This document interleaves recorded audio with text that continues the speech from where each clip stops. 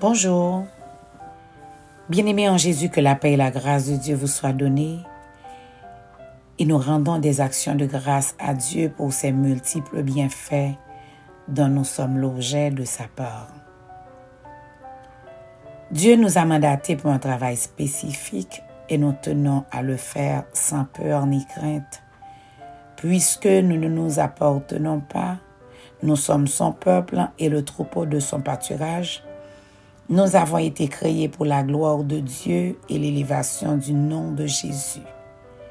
Car il est dit dans Jean 12, 32, « Et moi, quand j'aurai été élevé de la terre, j'attirerai tous les hommes à moi. » Jésus-Christ, le Fils de Dieu, m'avait chargé, après une expérience spirituelle compliquée que j'avais eue à l'église ICC Montréal, de demander à l'apôtre Ivan Castano de se prononcer sur ce qui s'était passé en date du 19 novembre 2022.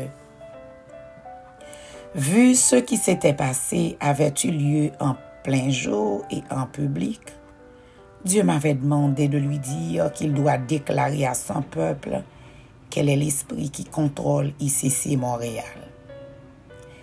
Les avertissements ont débuté pendant l'année 2023. Le premier a eu lieu le 6 janvier, le deuxième le 13 janvier et le dernier le 31 janvier. De ce fait, nous devrions nous rappeler que la parole de Dieu nous dit que le disciple n'est pas plus grand que son maître et le serviteur ne l'est pas non plus. Tout disciple accompli sera comme son maître. La vie de Jésus était marquée par l'obéissance à son Père et lui a valu le nom qui est au-dessus de tout nom. Pour développer, puisque l'apôtre des églises ICC ne répondent pas aux avertissements du souverain berger,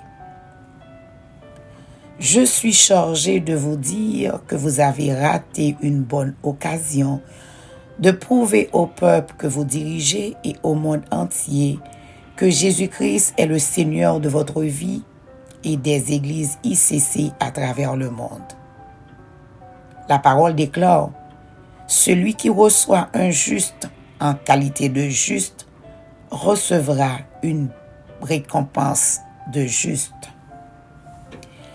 Jésus-Christ, le chef de l'Église, qui m'a établi comme porte-parole de son corps, m'a chargé afin que vous portiez attention sur ce verset.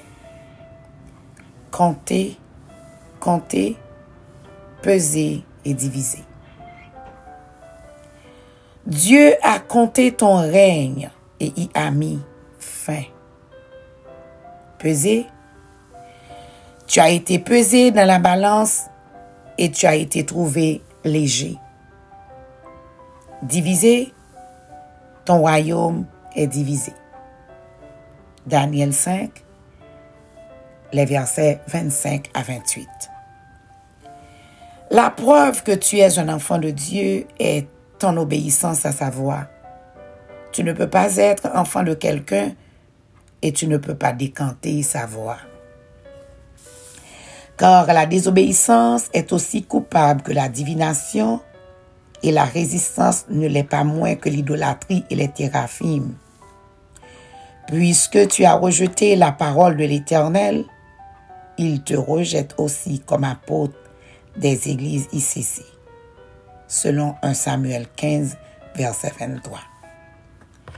Personnellement, c'est douloureux pour moi de parler en ces termes et pour le peuple de Dieu à travers le monde.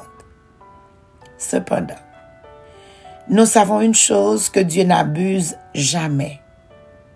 Il n'utilise pas sa souveraineté pour causer du tort à personne. Il fait tout par amour. La justice et l'équité sont la base de son trône. Dieu est amour et l'amour ne fait rien de malhonnête. Je vous souhaite, dans le nom de Jésus, du courage et tenez bon dans le Seigneur. C'était avec vous pour vous servir Sœur Gerly Joseph Fanon pour la vérité qui transforme. Que le Seigneur vous bénisse. À bientôt.